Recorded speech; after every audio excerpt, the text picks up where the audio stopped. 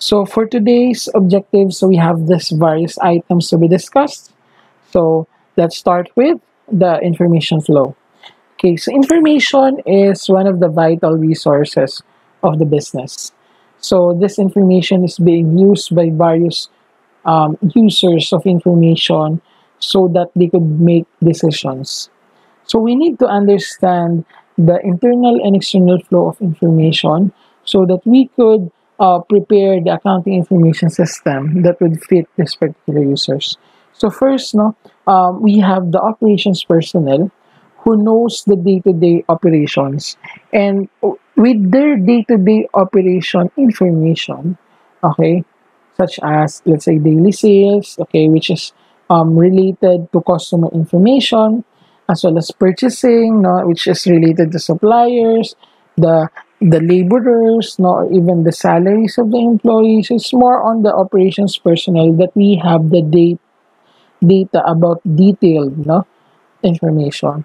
Now, this detailed information, okay, is being passed on to the operations management, which is the reason behind controlling of the day-to-day operations. Now, the operations management will now give the information to the middle management, which will be used for short-term planning.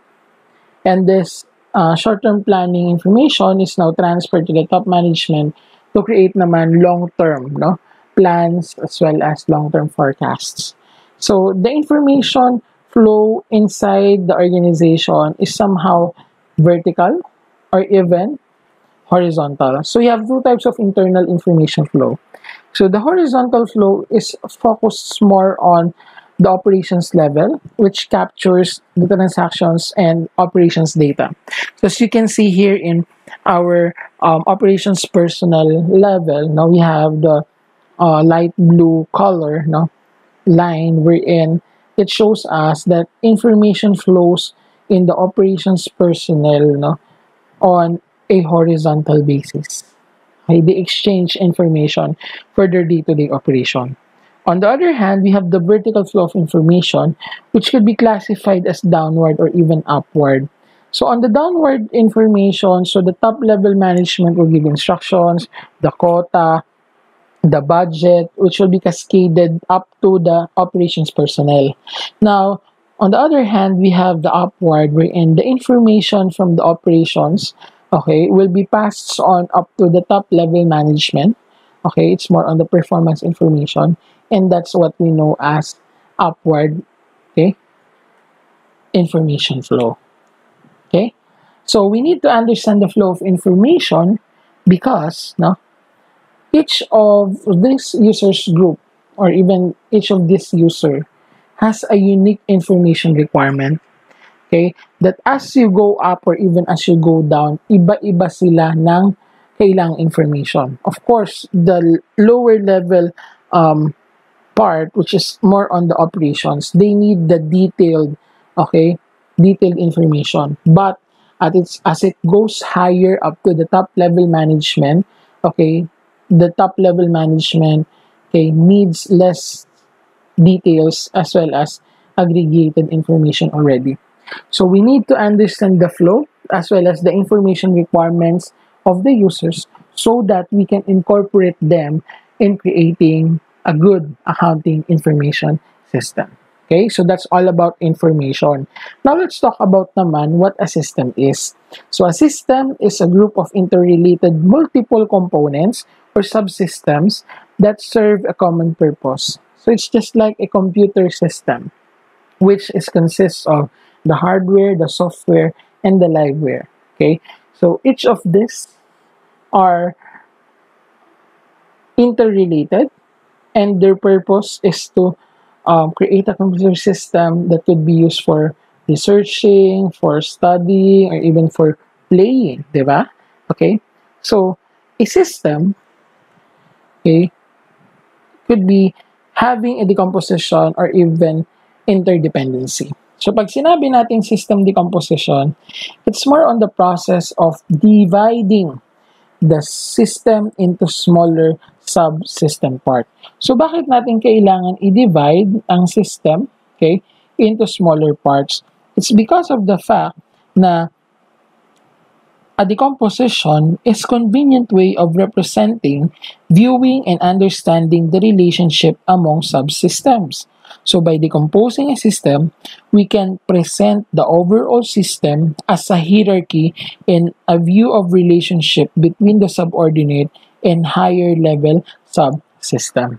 Okay, so ma-distinguish natin, 'di ba, yung interrelated parts na yon. Okay, ito palang subsystem na to is much higher level subsystem compared with the others.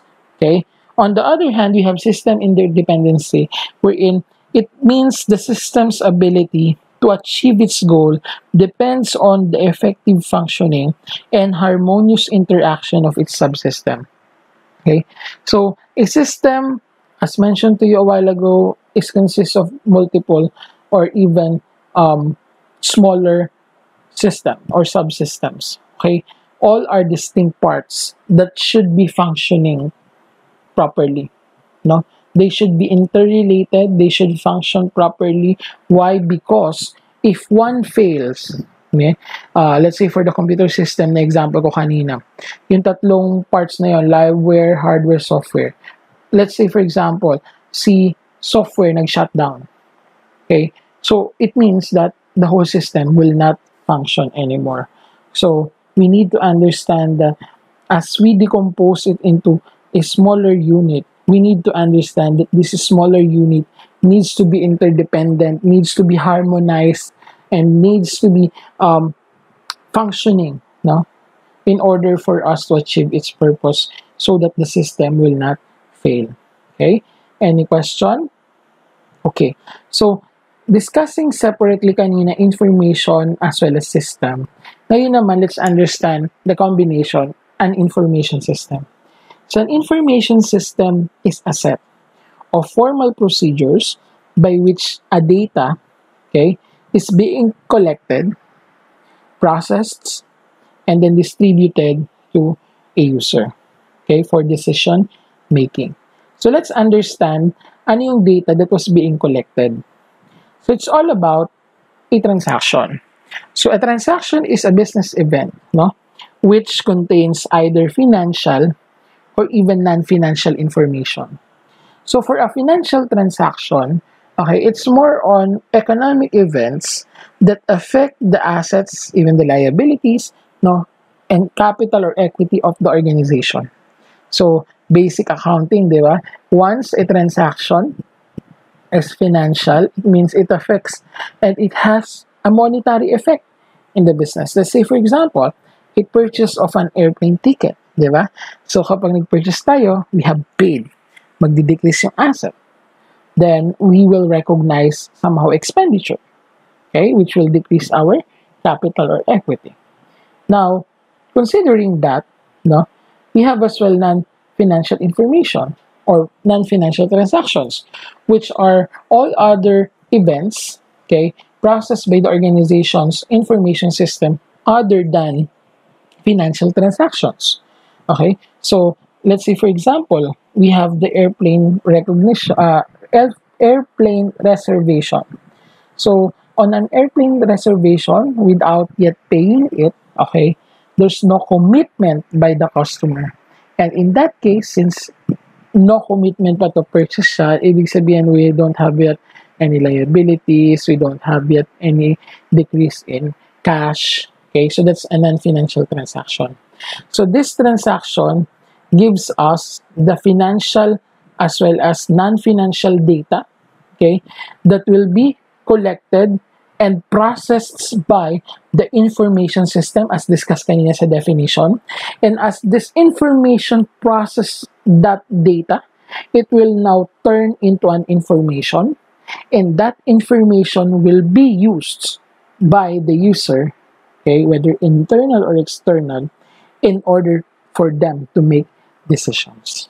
Okay, so that's how an information system works. So any question? Now, let's identify naman what is an accounting information system. As you all know, way back your basic accounting is an information system, which is process of identifying, collecting, processes, and communicates an economic information about a firm using a wide variety of technology. So kanina sa definition natin ng information system, okay, we have the input, the data, no, which will be collected, then processed, and then it will serve as an information that will be used for decision making, and it is relevant to this definition. Now, this accounting information system captures and records the financial effects of the firm's transactions.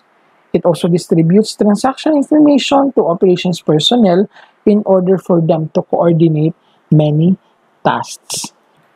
Now, let's try to compare an accounting information system with a management information system. Okay, so kanina, an accounting information system, okay, collects data, whether financial or non-financial, okay, that will be processed into information that could be used by the users in making decisions. So an accounting information system includes financial transactions such as sale of goods, as well as non-financial transactions that directly affect the processing of financial transactions.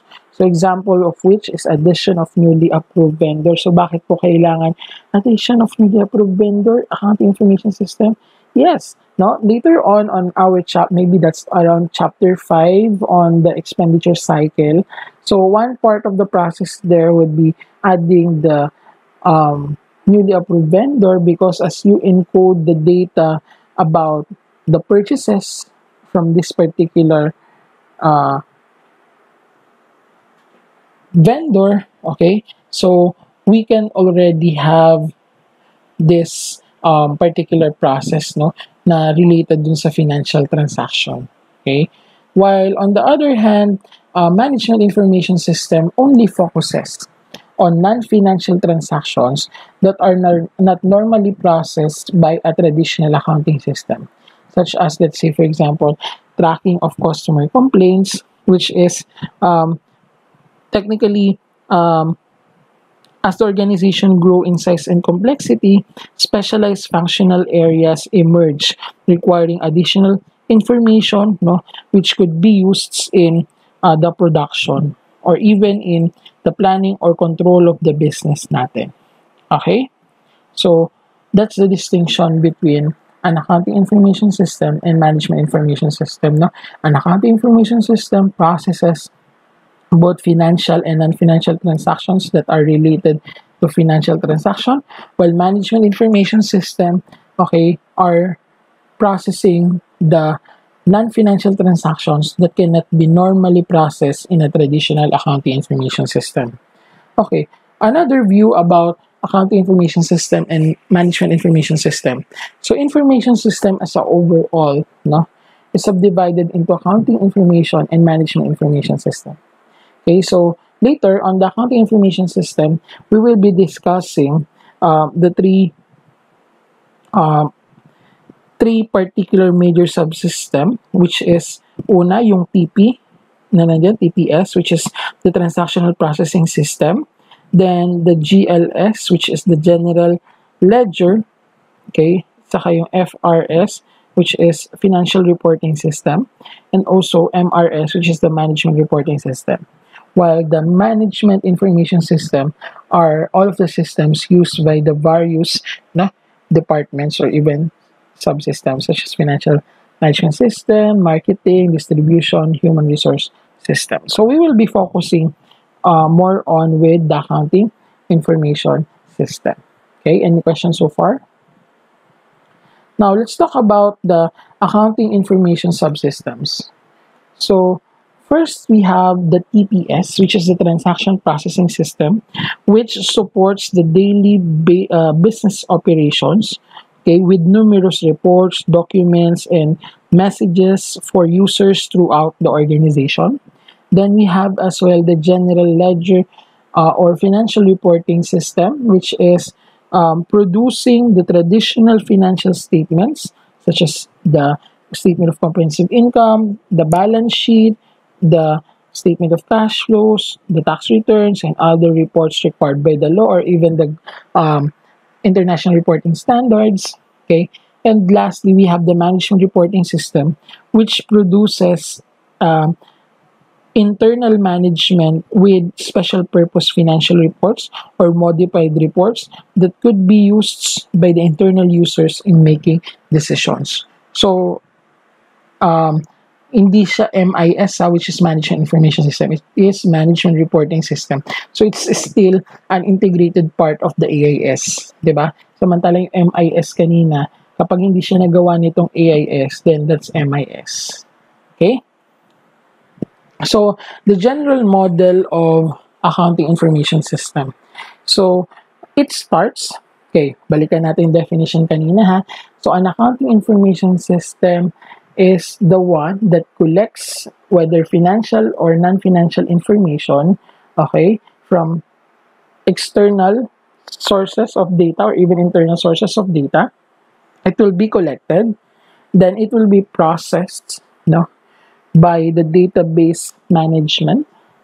Okay, then after it was being processed, we have already the information that could be generated and could be used already by external end users. On the other hand, this information can also be used under the internal end users, no, in making decision and use this as feedback, no, for an internal source of data that could be again used for data collection. So overall, no, this is an accounting information system framework of our business organization. Okay, so itong mga ito, no, it will be discussed thoroughly as we move with our discussion on the various chapters. Okay, paano yung processing, paano yung data collection, and the likes. Okay. Any questions so far? Okay, so let's start with the overview of the sources of data.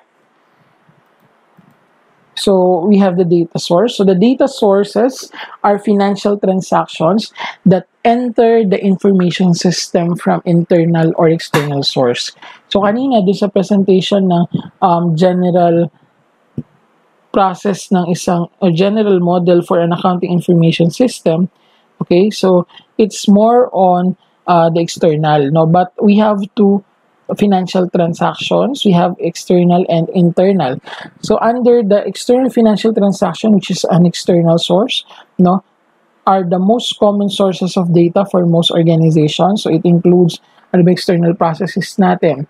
So sales, diba? The information about the sales of goods or services, even the purchase from the supplier, okay, the purchase of inventory or even materials used in processing, okay, the receipt of cash and disbursement including payroll.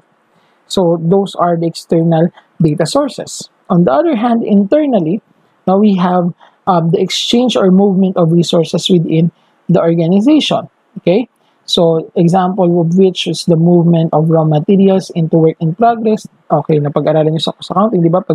From raw, it is processed. Okay, merong additional cost, so naging WIP. Then also, as it moves along, going to the finished goods, so it accumulates costs. And those are some sort of internal financial transactions which can be an internal source of data. Okay?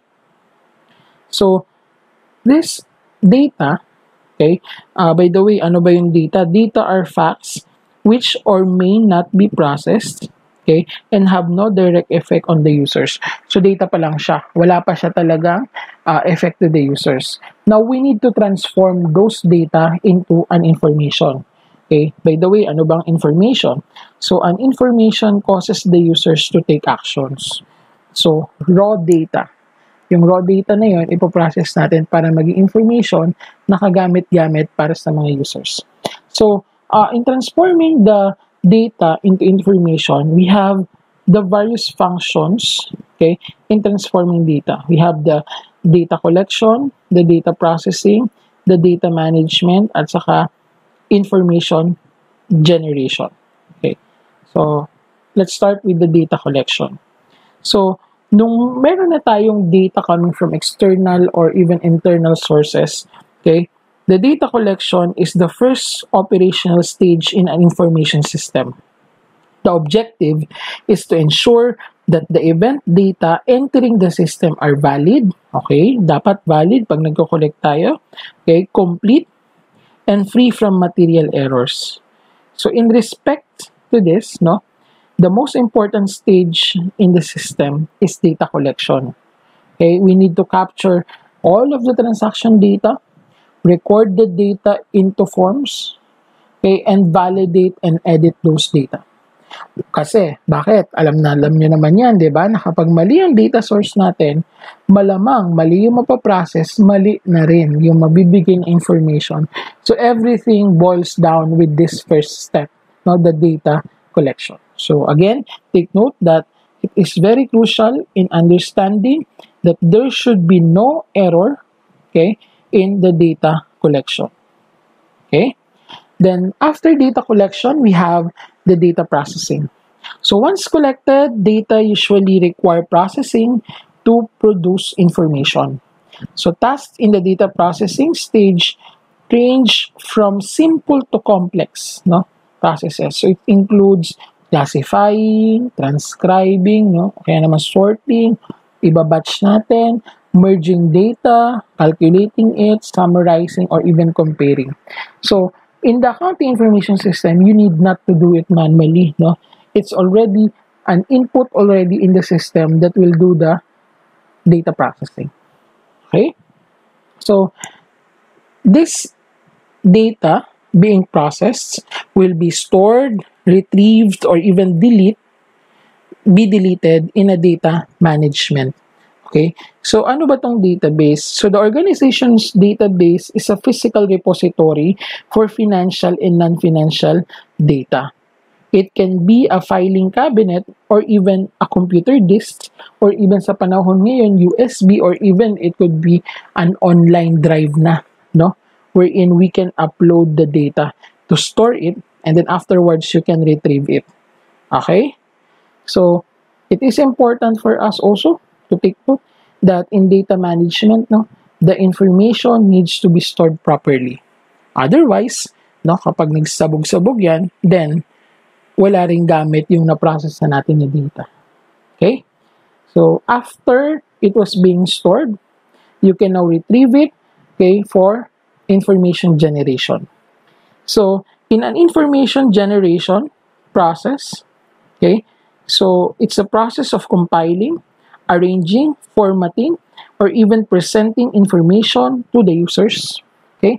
So, also, this information generation is already innate in a good accounting information system. Why? Kasi pwede mo i-click na lang yung isang part doon, then ma-generate na natin ano ba yung kailangan based on the needs of the users. Kaya nga kanina, di ba, we have discussed the information requirements because it is, sabi natin kanina, unique for each of the users yung kanilang requirement as to data. So in the information generation, no, in a good accounting information system, no, may format na yan. Halimbawa, kailangan ng manager ng ganito, okay, pwede natin i-pull out, i-download lang natin siya based on the format of the manager, or even baka kailangan siya ng day-to-day operations, then it could be already presented as needed by those particular users. Okay? So, any question on those information transformation? Okay? So now, after this information was being generated, let's talk about naman the characteristic of this information to become useful. So, based on, alam naman ninyo, di ba, in basic accounting discussion and also in the conceptual framework, na pwede natin i-relate to dito, no? We have, number one, an information to be useful, it should be relevant. So, it serves the purpose of why we have processed this data and why we have this information. Okay, timeliness, no older than the time period of action it supports. So we need a timely report, a timely information so that we can have a timely decision. Okay, accuracy. Kanina, na-emphasize na natin yan doon sa data collection that it should be free from error or any bias. Okay, so that every part of this data could be used by the users. Now, completeness. All information essential to a decision or task is being present. And summarization, so aggregated in accordance with the user's needs. So, as mentioned to you also a while ago, it needs to fit kung ano ba yung purpose na meron tayo, okay, for each of these particular users' needs. Okay? Any questions?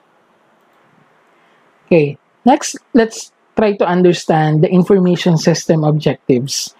Each organization must tailor its information system to the needs of its users. Okay? Therefore, specific information system objectives may differ from firm to firm. There are three fundamental objectives, okay, which are common to all of these systems. Okay, number one is the stewardship function of management. So ano ba tong stewardship na to? So, a stewardship refers to management's responsibility to properly manage the resources of the firm. Okay, yung information system natin, which provides information about yung utilization ng resources to external users via the traditional financial statements that we have and other mandated reports. So, internally naman, no, we have the management, which receives stewardship information from various responsibility reports. So, innate sa lahat ng mga information system in various businesses, itong stewardship function na to ng management. Okay? Another fundamental objective ng information system is it supports the management decision making. So, kanina pa natin binabanggit that after the information was being data was being processed and it becomes now an information. So, the information system supplies every users with the information that they could use in decision making. So, we have the management in general, no, which receives this information and makes decision, okay, for the basis of the operations of the business. And lastly, no, which is another innate objective, okay, is the firm's day-to-day operations. Okay, so the accounting information system supports the day-to-day operation, okay, by providing personnel to assist them in an efficient and effective discharge of their daily tasks. Okay? Next, let's talk about naman the organizational structure. So the structure of the organization reflects, okay, the responsibility, authority, and accountability throughout the organization. Firms achieve their overall objectives by establishing measurable financial goals for their operational units. So, segmenting by business function, okay, is a very common method in organizing a business. Okay? Understanding yung pattern of responsibility, authority, at saka yung accountability is essential in assessing the user's information needs. Okay, di ba kanina dun sa triangular o sa pyramid natin, di ba, we have discussed some sort of organizational structure, and it's very important for us so that we could know the information needs of each of those users. So that's the importance of an organizational structure. Now let's talk about the functional areas as a result of the segmentation by business function. So we have first the inventory or material management, which is its objective is to plan and control the materials inventory of the company. Okay? So a manufacturing firm must be sufficient in terms of inventories on hand to meet the production needs and yet to avoid excessive inventories. Okay? On the other hand, we have the production naman. So the production activities occurs in a conversion cycle in which the raw materials, labor, plant assets are used to create the finished goods. Okay? So it's more on the production planning, the quality controls, and the maintenance. We have also another functional area, which is the marketing naman. So the marketing function deals with the strategic problem of product promotion, advertising, and market research. So in terms of distribution, okay, it is the activity of getting the product to the customer after the sale. Then another functional area is personnel. So the objective of personnel function is to effectively manage these resources, because one of the great resources of an entity is actually its personnel. Okay, so next functional area would be finance. So your finance management manages the financial resources of the firm through banking and treasury activities, even portfolio management and other activities. And then we have the accounting function, which manages the information source of the firm. It plays two important roles in transaction processing. Number one, yung accounting captures and records the financial data na nabanggit kanina. Okay, then also it includes events as the movement of raw materials and other items, no? And the second is that the accounting function distributes transaction information to operations personnel to coordinate, okay, many of their daily tasks. Okay, and lastly is your computer services. So it talks about the information, no? Information maintenance, no? Yung mga computer services functional area, the IT area. So these are the various functional areas. And bakit nga ba natin na-discuss ito at nadaanan? It's because of the fact that as firm organizes its business into segments, it promotes internal efficiencies through the specialization. So, di ba may various specializations sila, okay, of labor and cost-effective resource allocation. Okay, so that's one important thing that you need into account. Next, let's talk about separately accounting independence.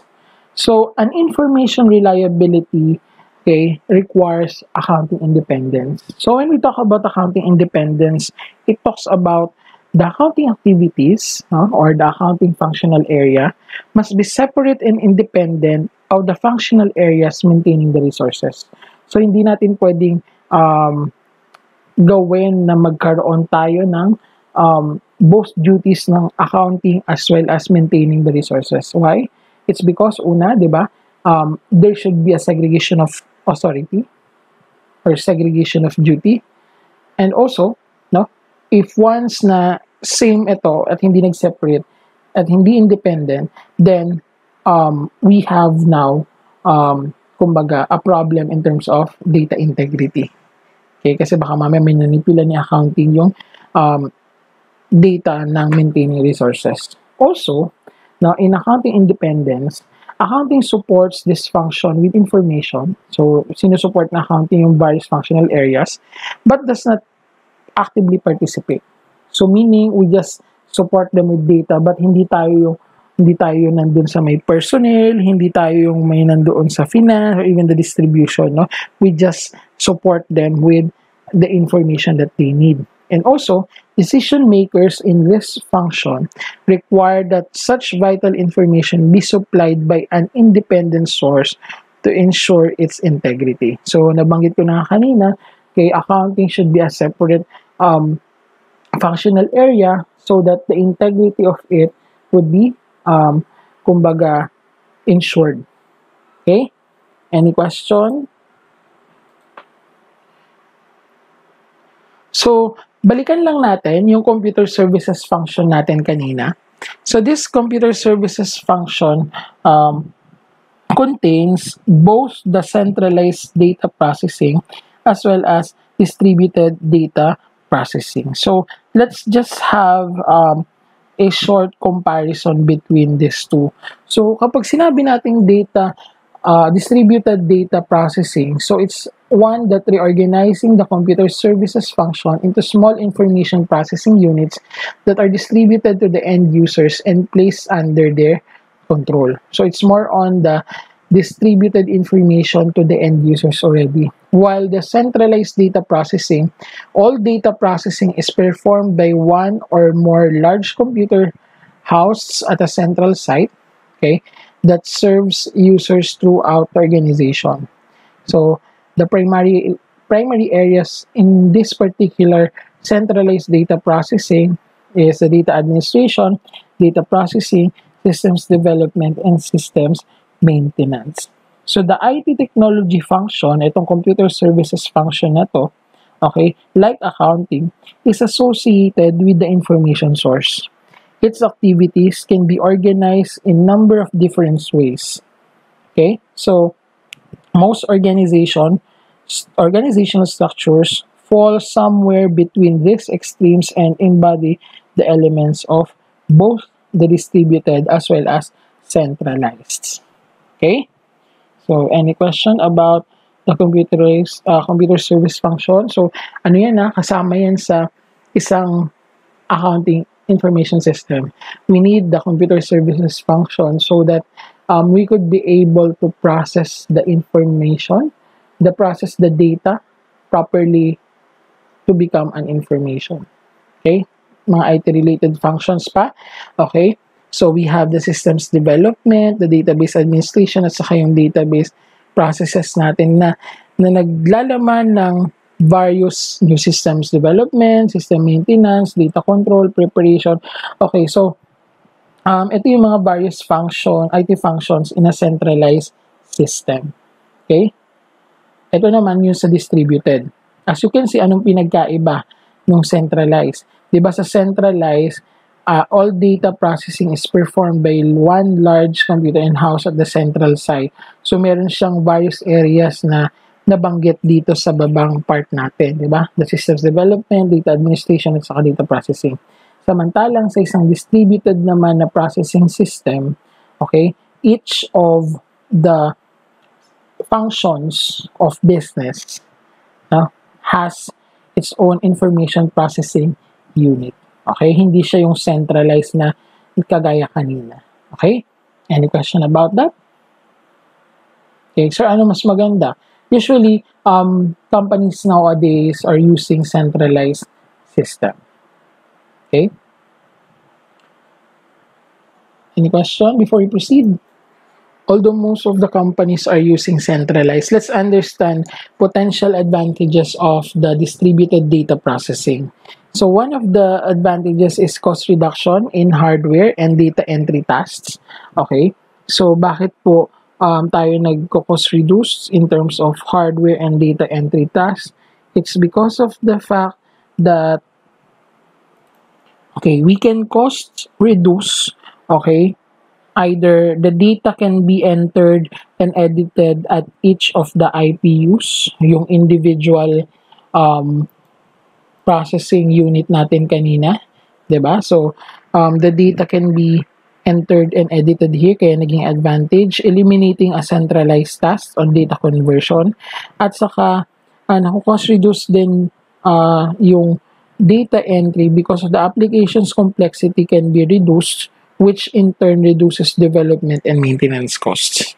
Aside from that, another advantage is to improve cost control responsibilities. So managers assume the responsibility for all the financial success of information kasi naka-decentralize tayo. Improved user satisfaction, perhaps the most often cited, it's because as previously stated, users desire to control the resources that influence their profitability. Okay? At saka, user wants systems professional who are responsive to their specific situation, and users wants to become more actively involved in developing and implementing their own system.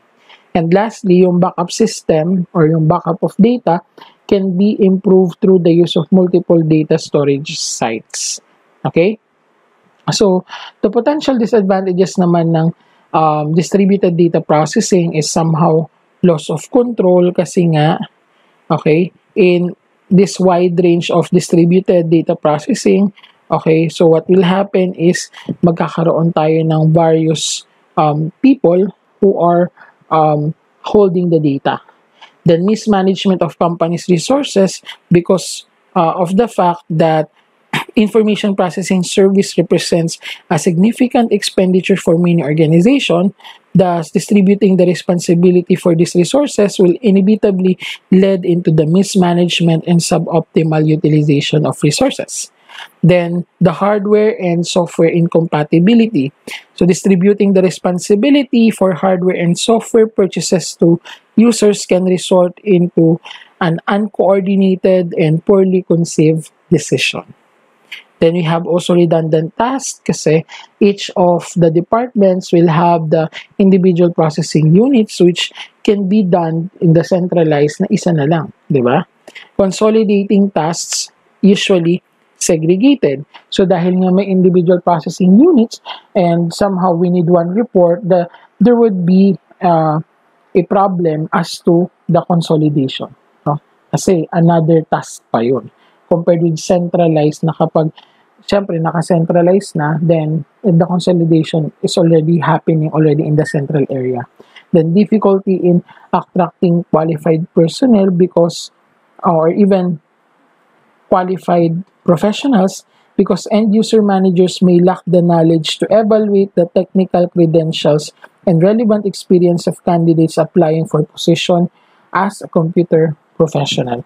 And lastly, no, the last disadvantage is the lack of standards because the distribution of responsibilities, okay, in the distributed data processing environment, the standards for developing and documenting system, choosing programming languages, at saka yung pag-acquire ng hardware at saka software are unevenly applied or non-existent.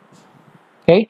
So those are the disadvantages. Although some businesses are using distributed, hindi ko sinasabi na lahat are centralized, but based on my experiences na in the BPO companies, we are usually using what is called centralized data processing. Okay?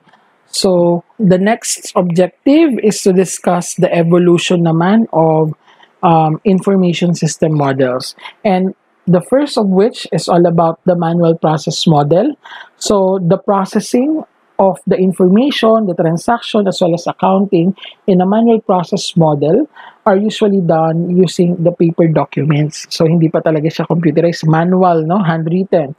So useful, it is useful in studying because it helps links accounting information system courses to other accounting courses, di ba? Nung nalaman ninyo yung basic accounting na kayo nag-worksheet na pwede pala siyang gawin using an accounting information system. May open easier to understand the processes when not shrouded in technology because one of the fact, no, kapag kasi alam mo yung manual process, kapag nag-down yung system ninyo, accounting information system, which is typical lang na mangyari, halimbawa na wala ng kuryente, nasira yung system, then you can have a backup way how to do things, diba? And even facilitates understanding of internal controls. Kung alam mo yung manual, alam mo kung saan possible magkamali, then as you create the accounting information system, then you can now see kung saan ka dapat mag-put up ng more controls. Okay? So, that's more on the manual process model. Next in the model of the evolution is the flat file model. So itong flat file model na to is also known as the legacy system. Okay? There are large mainframe of systems that were implemented noong late 1960s or even up to 1980s. So itong flat file model na to, it describes an environment in which individual data files are not related in other files. Kaya mapapansin nyo dito, we have the accounting and marketing, okay, standalone processes. Okay, each end user in this environment own their data file rather than sharing them. So ayaw mag-share, di ba? Okay, thus standalone application rather than an integrated systems perform data processing. Okay, so yan, no, individual. Kumbaga, isipin nyo kung lahat ng mga functional areas kanina, we have individual legacy system. So, napakadaming system niyan stand-alone because they don't want to share. Okay? So, dito, merong billing accounts receivable. Actually, kulang pa yan kasi sa accounting, meron pa tayo ng purchasing system, di ba? Okay, consolidation system, yung financial reporting system. Okay? So, one of the problem in the flat file model is about the data redundancy problem. Okay, so in the data redundancy problem, we have number one, the data storage. So sa data storage, excessive storage cost of paper documents or magnetic form, USB o kaya naman disk nila or CDs. No, bakit? Kasi each of the functional areas will have their legacy system. Tigi-isa. Ang hirap nun. May storage, ang daming, pero madaming, dahil maraming storage na kailangan, various storage, it would entail large costs. Okay? Data updating. So, in data updating, changes and addition must be performed multiple times. Bakit? Kasi nga magkakaiba yung system. Currency of information. So, in terms of currency of information, in contrast to the problem performing multiple updates, the problem of failing to update all users' files affected by a change in status, no? If update of information is not properly disseminated, the change will not reflect in some users. So, kapag hindi na-update yung isang user, then all will be affected. Then we have task data dependency. So, another problem with the flat file is the user's inability to obtain additional information as needs change. So, the user's information set is constrained by data that he or she possesses and control dahil bawal nga i-share, di ba? Okay, users act independently rather than team member of a user community. And lastly, we have the flat files limit data integration, okay, wherein separate files are difficult to integrate across multiple users. Actually, na-experience ko tong legacy system na to on my first company. No, what happened there is we migrate, no? Yung term namin is to migrate. Ibig sabihin, from various flat file model legacy systems that we have, no, ginawa namin siyang isa. Okay, and that's problematic, but at the end naman, naging mas okay kasi we have avoided data redundancy as well as the other problems that might be encountered in terms of legacy systems. To overcome the concerns about the flat file or legacy system, okay, so we have naman the next is the database model, okay? So an organization can overcome problems with the flat files by having database model to data management. So with the organization's data in a central location, all users have access to the data they need to achieve respective objectives. Access to the data resource is controlled by what we so-called data management system. So, yung different function dito sa ating slide, no, the different functions will have the various views, but they will be integrated only in one software, which is the database management system. It's a special software system that is programmed to know which data elements each user is authorized to access. So, hindi na siya kailangan isa-isa pa, but rather one software system na lang, but the access is only restricted per user, no? Now, if the user requests data that he or she is not authorized to access, then the request is denied. Yun yung kagandahan dito sa database management model. Clearly, the organization's procedures for assigning users authority are an important control issue for the auditors to consider. Okay? So, mas gumaganda na yung information accounting system natin dito sa database management model na to. So, it actually eliminates the data redundancy. Bakit? Kasi each data element is stored only once. Hindi kagaya kanina na kalat-kalat yung storage, dito meron na lang isang database who handles the storage. So, natanggal na yung na-reduce na yung cost, di ba? Yung update natin magiging single na lang kasi nasa one system na lang siya at saka yung mga current values din at changes, it could be integrated already in that database management system immediately. Okay? Any question? So after the data base management model, no, was being introduced, no, also in 1982, no, na-introduce naman yung RHEA model na tinatawag. So itong RHEA, it means R, resources, E, events, and A, agents. So this is an accounting framework for modeling an organization's critical resources, events, and agents, and the relationship between them. Okay? Once specified, both accounting and non-accounting data about this phenomena can be identified, captured, and stored in a relational database na tinatawag. Okay? So, itong RHEA model na to is an advanced database technology which have focused on renewed attention, okay? And we have the R, the resources, okay? Economic resources or the assets of the organization. So, yun yung R dito sa image natin. So, the inventory are cash and cash are the assets of the organization. They are defined as the object that are both scarce and under the control of the enterprise. Okay? So, the events naman, which is E, no, economic events are phenomena that affects changes in these resources. So they can result from activities such as production, exchange, consumption, and distribution. And lastly, yung A na part, agents. So economic agents are individuals and departments that participate in the economic event.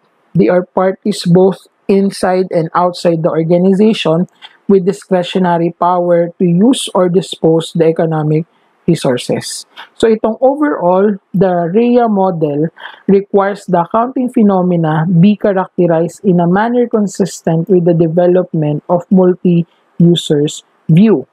So under the RHEA model, business organizations prepare financial statements directly from the event database. Okay? So, kung naguguluhan kayo, itong RHEA model na to is a conceptual model and not a physical system. So many of the tenets, however, are found within the advanced database system. So it's more on a conceptual model lang, no? It's not a physical system just like the database management system natin. Okay? So the most notably application of the RHEA philosophy is seen in the proliferation of the enterprise resource planning system, which will be discussed next, no? Any question? Okay, so let's proceed. Because of RHEA a while ago, no, it has proliferated into the what we so-called ERP system. So ano ba tong ERP system? It's Enterprise Resource Planning System, okay? Which is an information system model that enables an organizations to automate and integrate its key business processes. Actually, itong ERP na to is what is currently being used by entities, no? This ERP breaks down the traditional functional barriers by facilitating data sharing, information flow, and introduction of common business practices among all organizational users. So, ang ERP na to, okay, packages sold to clients, organizations in modules that support standard processes. Okay? Actually, example of these ERP systems ngayon na ginagamit sa mga private or even public companies are, let's say, for example, Oracle, no? If you have heard that one. Or SAP, no? O kaya naman NetSuite. So, it could be an online or on a cloud basis na enterprise resource planning system. Okay, which is technically, no, helping various functions, no, by using one system dahil dun sa mga modules. So example of these ERP modules na nasa isang system, ito asset management, financial accounting, human resources, industry, plant maintenance, and the others. Okay, so kwentuhan ko lang kayo about dito, no. At the last part of my discussion pagdating ng after module chapter 12 natin, actually I will be presenting to you yung mga na-access ko na mga systems before once na nagtrabaho ako sa mga private companies, no? I will be sharing some of them to you. And these ERP modules are actually very useful kasi ako, I have an access to financial accounting, no? Since I was the one who is recording the data in the financial accounting module, but I can have also an access of the production planning, no, asset management, although hindi ko kayang i-edit, kaya ko siyang ma-view.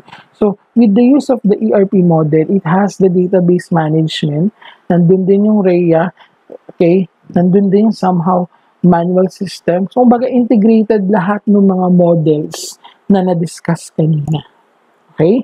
So, this is one na aabangan natin to be discussed thoroughly sa mga next chapters pa. Okay? So, any questions about this evolution of the accounting information system? Okay, wala naman. Okay? Now, let's talk about the roles naman of accountants. So, we have the accountants as information system users. So, as an accountant, you must be able to clearly convey their needs to the system professionals who designs the system. Okay?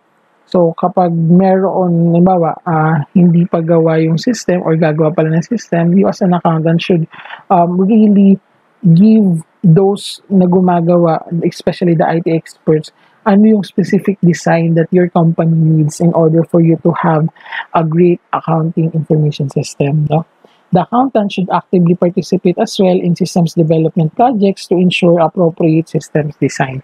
Kasi pag hinayaan lang natin ng IT, it will just depend upon how the IT sees it. But if we are included in creating the accounting information system, then okay, mas mafi-fit natin siya dun sa pangangailangan natin in the process. Okay, kaya before, no, in some of the entities, pwede kayong mag-apply as systems analyst. Actually, ang pinaka gusto nila na matanggap as systems analyst or even systems analyst and even designer are somehow accountants because of the fact that accountants are information users as well as they can try to give feedback about what they need in terms of accounting system. Okay? Another role of accountant is a system designer. Although nabanggit ko na to kanina, no? The accounting function is responsible for conceptual system, while the computer function is responsible for the physical system. The conceptual system determines the nature of the information required, its sources, its destination, the accounting rules that must be applied. Okay? I think you don't have already the subject of systems analysis and design, but before we have that subject. But technically, you being an accountant in the future, okay, should, aside from nabanggit mo kanina, help in creating the information system users needs, or even now you can design the company's computer system or even accounting system. And lastly, an accountant can act as a system auditor.